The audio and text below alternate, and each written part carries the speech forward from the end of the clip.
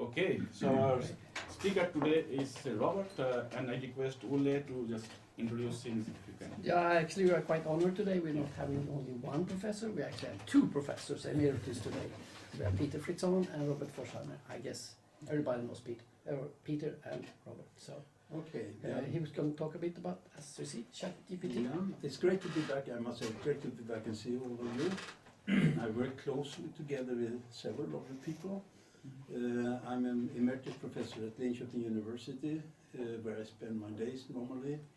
And my background is actually telecommunication and signal processing. I'm not at all doing research in this area. But what happened was that I have what I call a summer project. A summer project is something that is entirely different from what I normally do. My wife doesn't consider that, but anyway. Last summer I decided I have to understand this new phenomena, ChatGPT.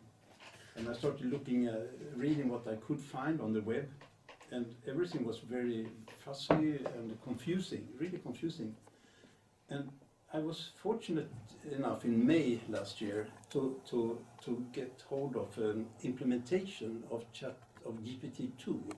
This is the last version that was openly shown by OpenAI before they closed everything they were doing and became commercial. This was an implementation in the programming language C, and it so happens that I'm very fond of C. I've used it a lot. So I took this program, which consisted of a few thousand lines, and I said, okay, I have one summer, and I have a few thousand lines, so how many lines do I need to work with every day? So that's what I did. And around end of August, I had come through the whole program. I knew exactly what this was doing. I could even correct some other people who have published stuff in this field. They told, oh, you forgot one module there, etc. And then I decided that, okay, this was great fun. I can offer to tell my colleagues at the university about it. So I gave a short presentation to my group in Linköping, and they became very fond of what I told them, and some people started asking me, could you come and tell us? And this is the 5th time I give it. And I have 2 more requests, actually. Anyway. So I also have a Swedish version now. I gave the Swedish version. I tested it out on my family during Christmas. And it worked pretty well, except the 4-year-old got bored. Anyway, so you may have noticed that the title that you announced was different. Yeah. This is the correct title, ChatGPT, How It Works and Partly Why. The reason you wrote the other one was that I told you in a mail that I would tell people about the intricate details of ChatGPT, and you thought that was a title, but this is the correct title. So remember, I will tell you how it works, but I can't really tell you why it works. We could have an interesting discussion about that. Okay, so let me begin. I guess most of you have used ChatGPT, but maybe you don't know exactly the principles. The basic principle is that this is a tool, a program, that predicts the next word. You write something, it's called the prompt, and the program predicts and generates the next word. So if I write, the best thing about AI is its ability to, then this program generates the next word. Okay, very simple, isn't it? And for those of us who have taken courses in statistics and probability theory, we could phrase this in technical terms. We could say that, okay, the program finds the conditional probability of the next word given the input sequence. This is a very scientific way of defining what the program is doing. So how would it actually work? Well, we select the word with highest probability. Here we have a number of words. I actually have something I would like to move away there. Okay.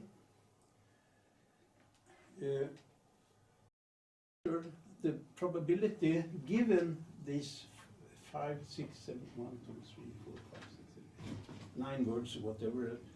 What is the probability of the next word? And then you can see that the word create has a fairly high probability, 4%, and make 2.9, etc.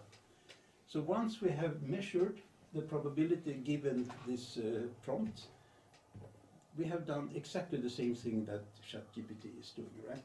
For the basic mechanism of ChatGPT. So how can we generate this table? Well, if we have a sufficiently large training set, millions of words, the whole internet, whatever, we could actually try and find all the places in this training set where we have this prompt, and then we could say what is the next word. And in 4% of the time it is create, maybe, and in 3.9% it's make, etc. So it's theoretically or principally it's a very straightforward issue.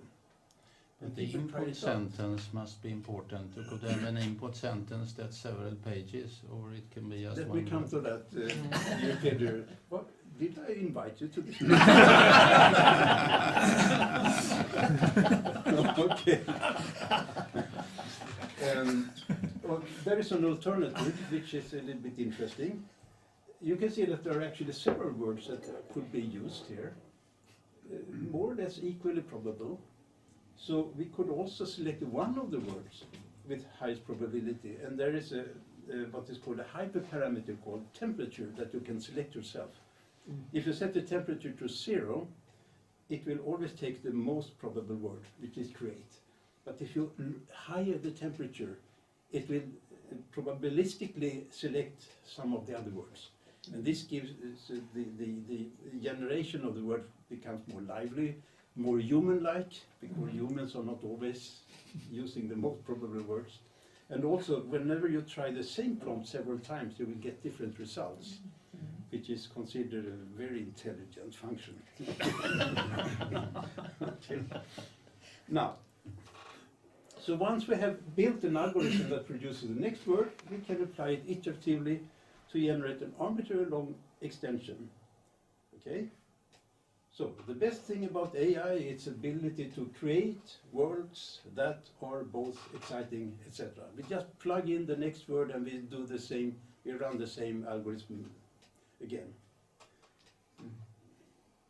So now you understand the basic principle, right? So what's the problem? Well, let's assume a vocabulary of 50,000 words.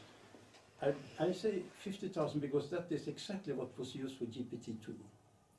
Actually, the exact number is 50,257. But let's round it off to 50,000 words.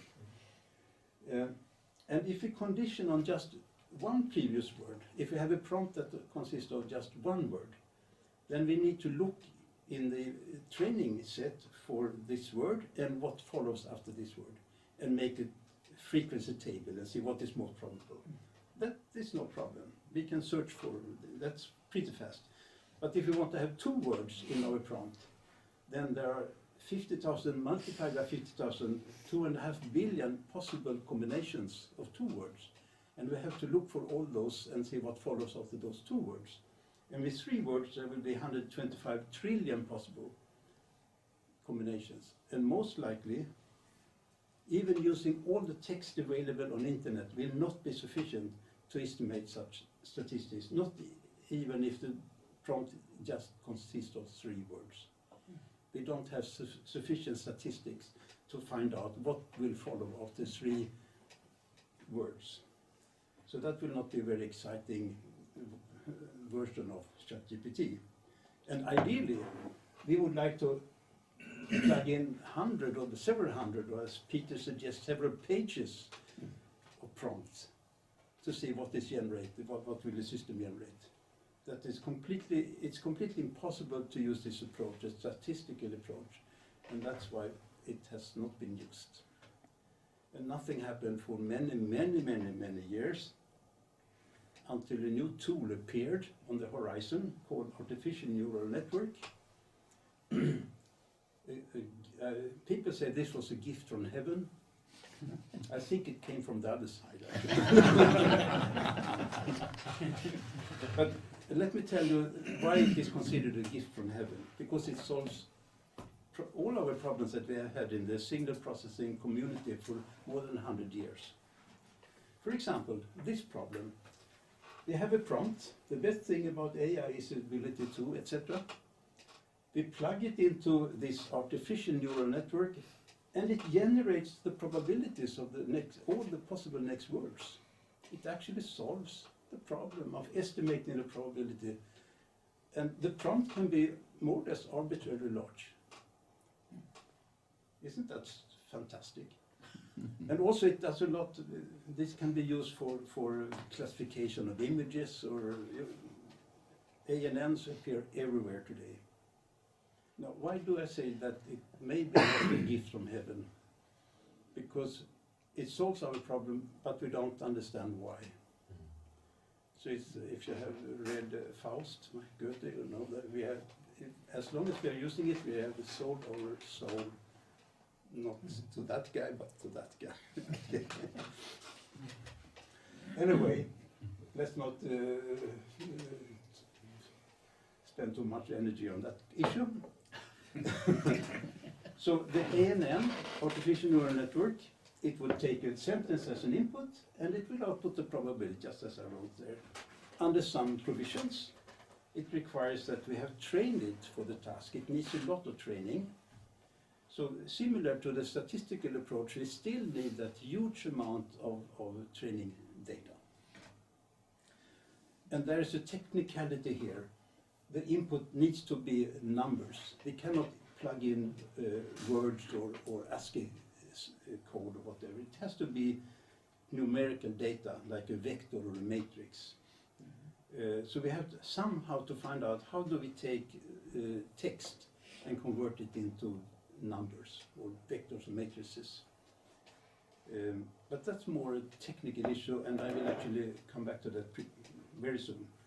But before I do that, let me just say a word about tokens. Whenever I say word, I actually mean token. That's strange, isn't that? Well, not really. A token can be thought of as a unit of text. It can be as short as one character or as long as one word. So if you consider a very simple sentence, ChatGPT is great. If we split it up into tokens, it will not be just 3 tokens, because there are 3 words, it will be more. You can see that in this particular case, it will split ChatGPT into 2 parts. Chat will be 1 token, GPT will be another one, is a 3rd one, great. Here we have an example where the word itself is a token, but also the delimiter, punctuation and spaces are tokens. Mm-hmm. So it's a technical way of taking care of everything that can be typed on a typewriter, including the spaces and question marks and stuff like that. But forget about that. Let's continue talking about words, but you remember that tokens are actually what people use, and they're a little bit more generic than words. Now, how do we convert words into vectors? This is how it's done in GPT-2. And the same technique is used in GPT-3 and in Meta's Llama and in all other implementations. All implementations are using exactly the same technique as I will present to you now. But I will use the examples from GPT-2 because those are numbers are known. So the length of the vector is 768 components. Each word or token is translated into a vector of length 768. And you may wonder why this number? Well, because it's divisible by 12. And for some reason, some people at OpenAI seems that 12 is a magic number. So That's the only one explanation I can come up with. So, let's consider vectors as 768 components. These components can be then stored, these vectors can be stored in a lookup table, W, one vector per word. So if you have a sentence with several words, we will get several vectors. And if you put those vectors together, we have a matrix. You can consider these vectors to be either line vectors or row vectors, whatever. It doesn't matter. An interesting thing with translating words into vectors is you can actually give a much more knowledge about what the word means if you have 768 components to describe it. I have phrased it, if done properly, the vector components will add semantic meaning to the words. Each component may represent a specific feature that can be associated with the word. Let me give an example, a very simple example. Let's consider just 3 component vectors, not 768, but just 3. And let's say that these 3 components are specific features, like royalty, masculinity, femininity. I just took them out of nothing. So we have vectors with 3 components, each component means something. And now let's try to represent the 4 words, man, woman, king, and queen. So we make this table, W, and we have the 3 components, royalty, masculinity, and femininity. So how do we code, what code do we get from, what vector do we get for the word man? Well, man is not royalty generally, but it's masculinity, that we give it a 1, let's say 1 is the highest value. Femininity is 0, let's consider 0 to be the lowest value. So man will be 0, 1, 0, okay? And naturally a woman will be 0, 0, 1. And you can see that king will be 1, 1, 0, and queen will be 1, 0, 1. Simple, isn't it?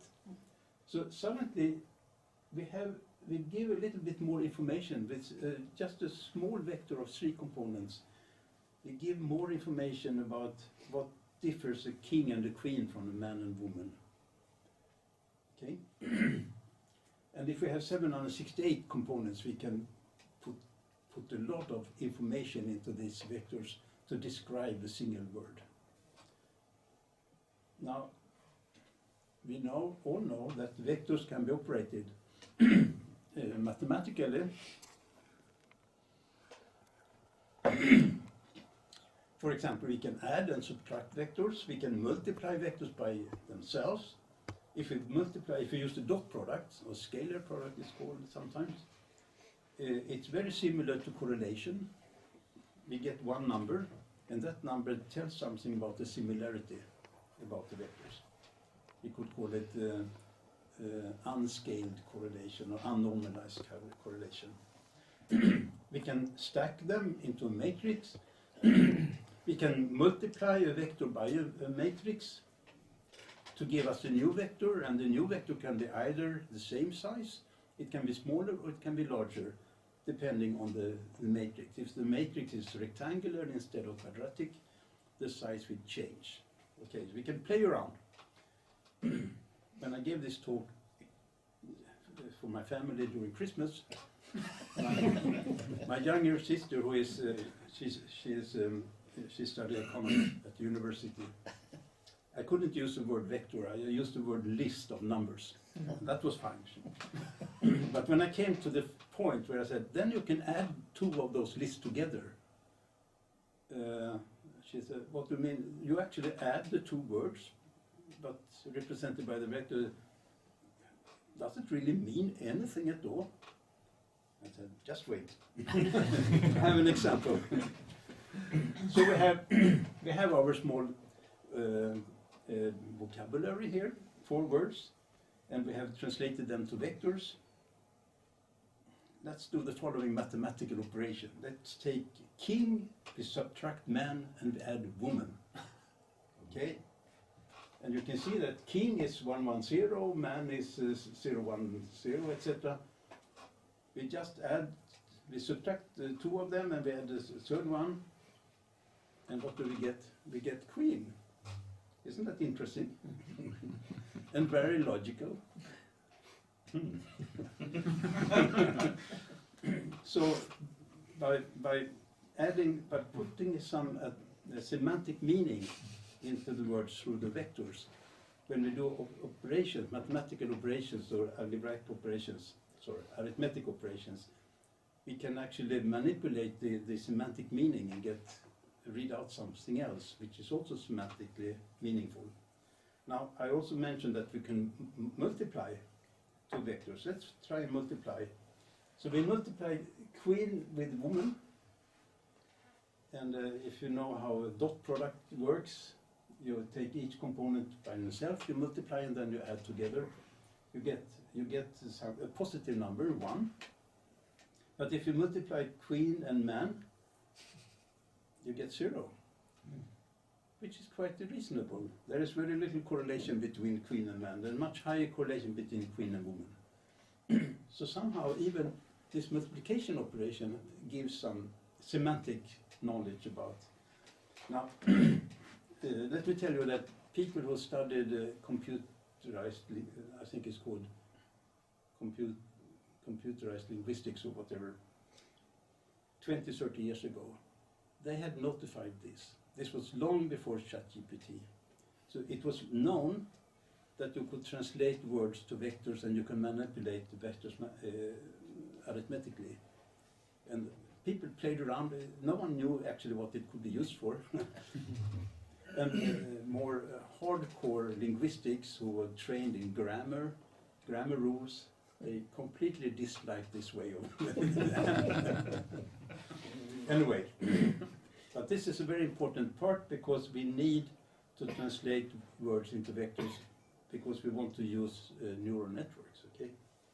Let's go back to this question about neural networks then. So, we have now translated our prompt to a set of vectors, and now we can plug it in, and the problem is solved, right? Well, we have to train this beast, and a general large ANN is very difficult to train, particularly when we have 50,000 outputs that we need to train. So it's not really, it doesn't work practically. Theoretically it's okay, but practically it doesn't work. We have to split up the ANN somehow and make it into smaller networks or a simpler problem. And the first thing that people noted is that we can separate the output from the ANN by reusing the table W, the embedding table. And you wonder, well, what is meant by that? Well, remember now that the table is used to translate from words to vectors. Now, if we do the following, we split off the output and use the same table, then the ANN, it's sufficient that the ANN generates a vector where we can then use the table backwards to output the word. What do we mean by using table backwards? Well, we simply try to see which vector in the table is most similar. Can I use this one? Yeah. Which vector in this table is most similar to this one? Because that vector corresponds to a word. So by using this table, it's called the transpose. Mathematically, it's a transpose of the table. But using a table backwards is a way to translate back from a vector to a word. And if the vector doesn't fit exactly one of the vectors in the table, then we can at least find the closest one, or those which are pretty close. Another way to express it, we can correlate this generated vector, which is called a contextual vector, with all the vectors stored, and we can see which vector is most related to the input. So why do we do this? Well, because then the ANN simply takes a bunch of vectors and predicts a new vector. And the vector consists of 768 elements, as I told you, instead of 50,000. So suddenly it's much simpler problem for the ANN. This block here is called a mixer by the people working with it. And the role of the mixer is to output a new vector which points to the most likely next word. So we have simply rephrased the problem. Instead of trying to find the next word directly, we now use the vector representation, both as input and as output. And we use the table twice, the embedding table twice. People have asked me, how do you generate these embedding tables? How do you generate the vectors? And I mentioned to you that people have been playing around for many, many years with this vector representation. The first tables were done manually. And the size of the vectors were very small, like maybe 20 or 30 components. And people simply decided, okay, we have man, maybe they call it gender, royalty, and some guys also brought in the traditional, like verb and nouns and stuff, called those features. And with 20 or 30 such features, it was pretty simple to classify a word. And you could build a small W table completely manually. Later on, it was found that you can do it with statistical clustering techniques. And today, those tables, meaning W tables, are actually computed together with finding the parameters of the ANN. So the tables are trained together with the ANN today. But we consider these tables to be done beforehand. It's much easier. And you can download such tables. They are available on the web. You can essentially select any size of the vectors, and you can find tables on the web that translates from words to such vectors. Okay. Okay. So now I want you all to be creative, because we will see if we can come up with a mixer ourselves. But you said these tables were available. They have been created by some training, Some of the shorter tables were created by clustering techniques, statistical clustering, yeah. using a large set of training data. Today you can find tables that were actually created with the GPT technology. So there are so many different tables available, up to around very large vectors like 12,000 components, which is used in GPT-3, for example.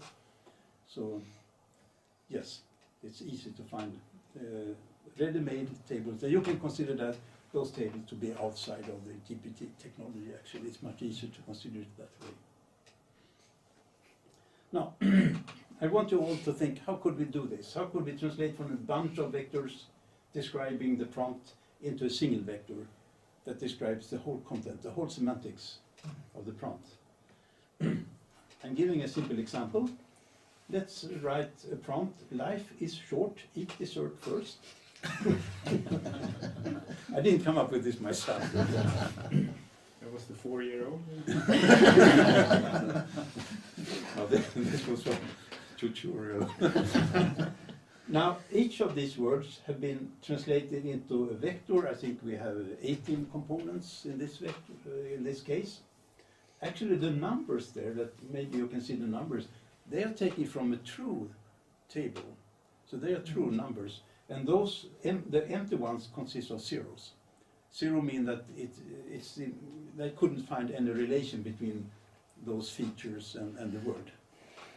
So you can see that single words usually have only a few non-zero items. Okay, and we want to somehow generate one vector that describes this whole prompt. I did it myself, and let's see if you can come up with, if you understand that why this vector is a representative of the whole sentence. Do you have an idea? What you done? what you have done? Or Yeah, how did I you get just there? added up? How did I get there? You just added all of them. Some Do you agree? Yeah. We add them vertically, Yeah. and then we have a new vector that somehow represents the semantics of the prompt.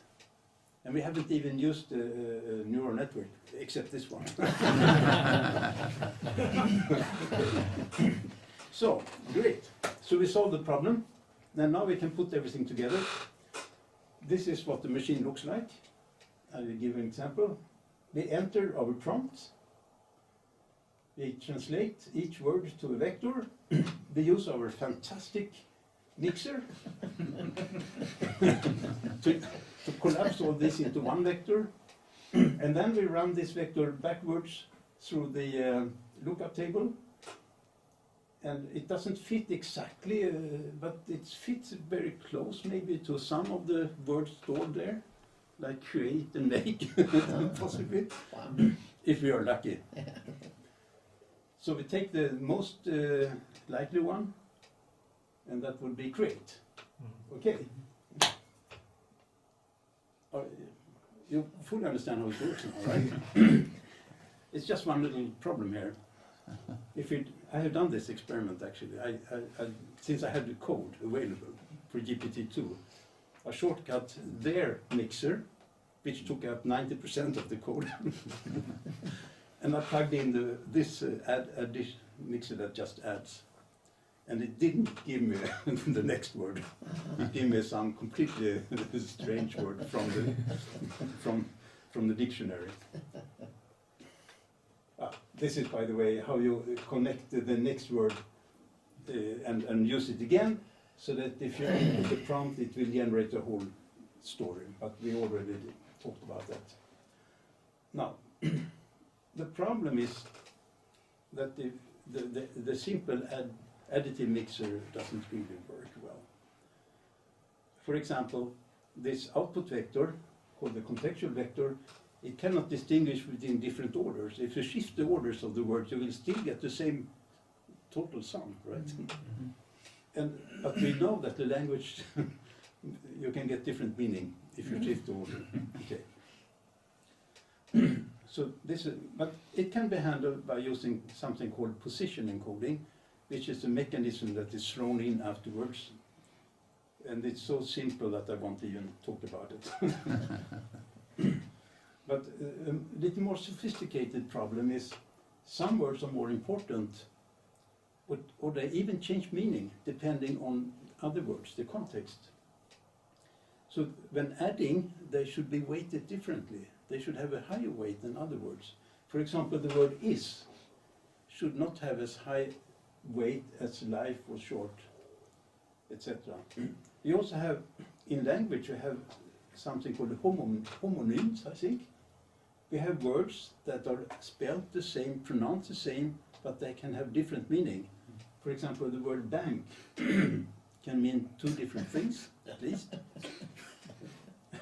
And it's only when we see it in conjunction with the word flooding, for example, we understand that bank is probably not the place where you put your money, but it's a river bank. So that means that the vector representation of bank should somehow reflect all the possibilities, but when it is used in the mixer, only one of the possibilities should be selected and not all the other ones. Also, the third problem is that the produced vector should correspond to the next word. It should not just sum up the general semantic meaning of the prompt. It should actually generate something that corresponds to the next word. Interestingly enough, all this is solved by something called a transformer mixer, which is a big invention in this field. So how does a transformer mixer work? Well, let me say some words about the transformer mixer before I go into the details. It identifies connected words regardless of the distance between them. For example, if you have the sentence, Peter put on his shoes and coat, went to the car and started it, he then drove off into the traffic. he and Peter is somehow related, right? And this should be, the mixer should somehow reflect or find this out. It should also weight word differently depending on surrounding word, exactly as I mentioned earlier. And it should modify homonyms so that they mean what they are supposed to mean in that particular context. Also, the mixer uses ANN, so now we have to use ANN to solve this problem. But it doesn't use a big ANN, but it uses many small ones, which are much easier to train. Furthermore, it outputs a vector indicating the most probable next word, just as we want. And the basic mechanism behind the mixer is something called attention. Attention. And there's a very well-known paper written by researchers at Google from 2017 with the title "Attention is all you need." You can read about it here at the bottom. I have the reference here. Attention is a mechanism that solves all these problems. And you can wonder, how could you solve all these problems with a fairly simple mechanism? Well, I told you that the trick is to change the weights of the word before you put everything together. So, for example, we have the sentence, life is short, eat dessert first. We have translated them, each word into a vector, and then we make some changes of the weights, changes of the vectors by weighting together other words. So, for example, word number 3, short, will be modified by looking at earlier words, only earlier words. This is called causal attention. There are other techniques which look at all the words, but we want to have something that generates the next word that looks forward. And it turns out that symmetry can be put into the algorithm by only weighting earlier words. Very strange. And this is the first part where I can only partly describe why it generates the next word and not the first word or something in the middle, because there's an asymmetry how the weighting is being done. So for the third word, we only weight in the 2 words preceding it. Life and is weighted with some weights here. And these weights are found using dot products, as I mentioned to you earlier. You take the vector and you generate dot products. Okay? And you do that for all the words.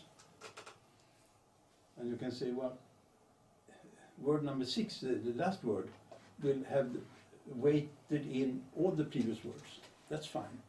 So somehow word number 6 contains the combined sum of all the previous words, similar to our previous additive mixer. So somehow word number 6 will be the answer to some extent, but still the other words are also modified. So why don't we use also the other words? Because one of these words could be bank, that has been modified to riverbank, for example, because of the context. And wouldn't it be great if the last word also takes these modified words into account? So that's one thing that we need to handle.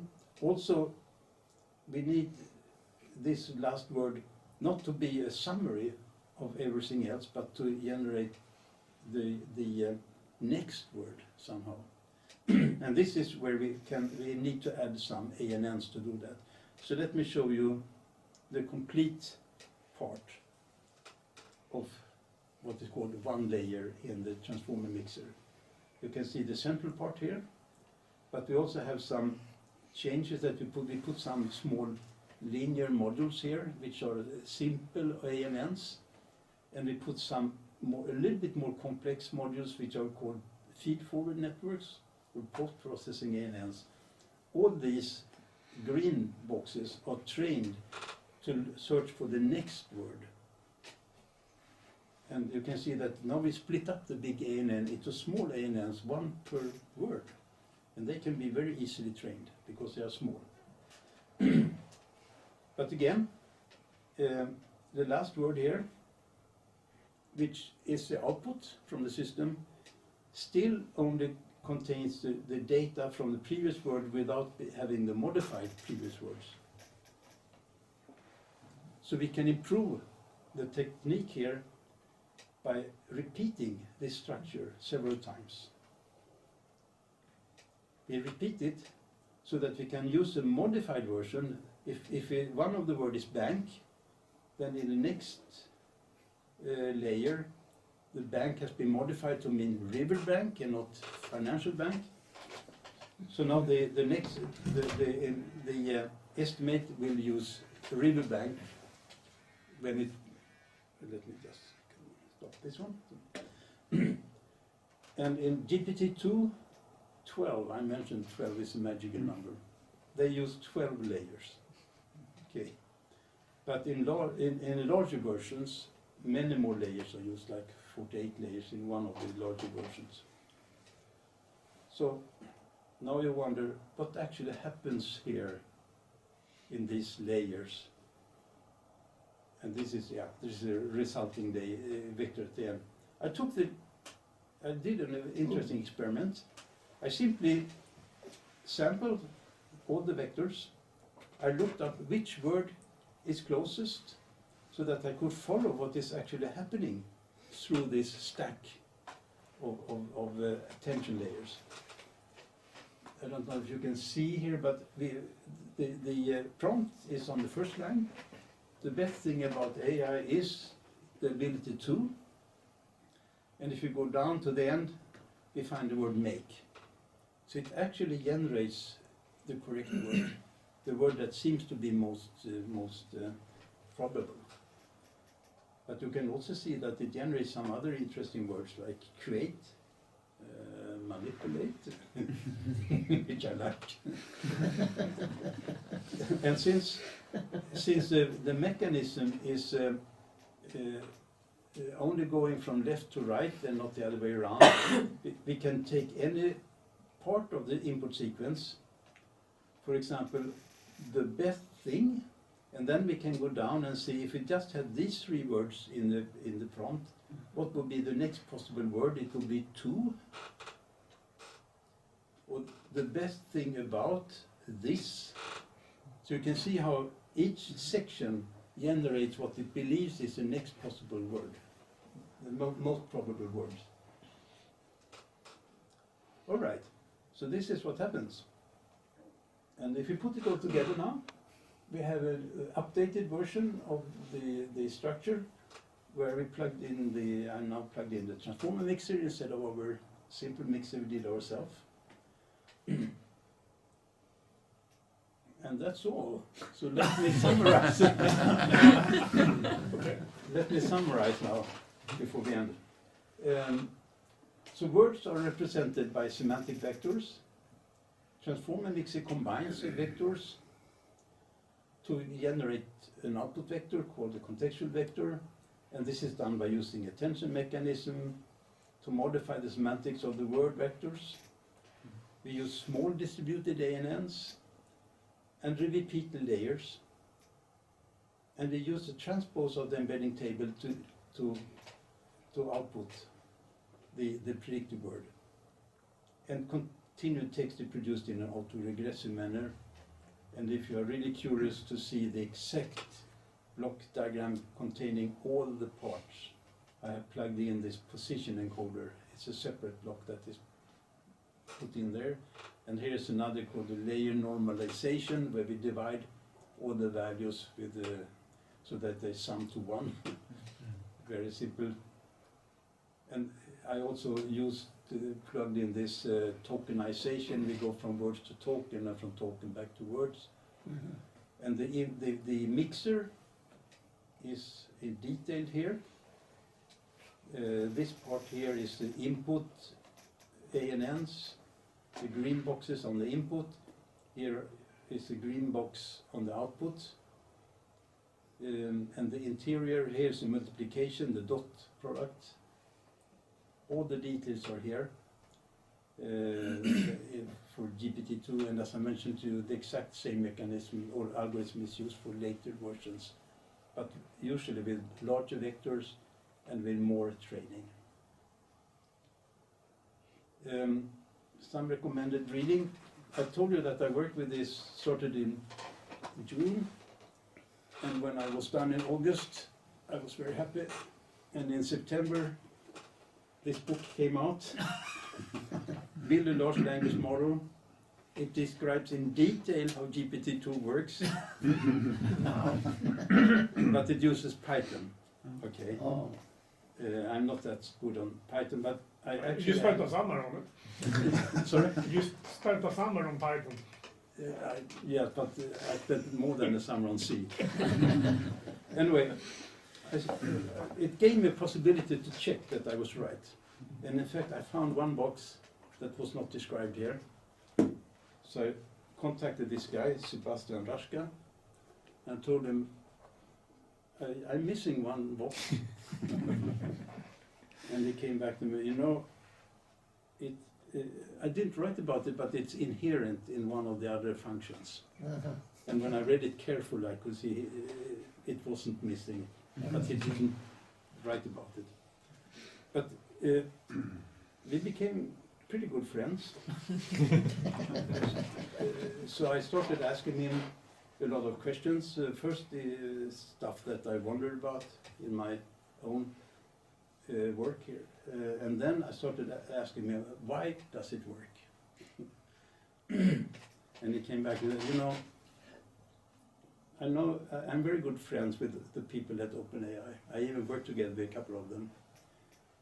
And we put ourselves the same question, and no one can answer. So I feel that it's not, currently people don't understand why it works. Anyway, it's time for questions.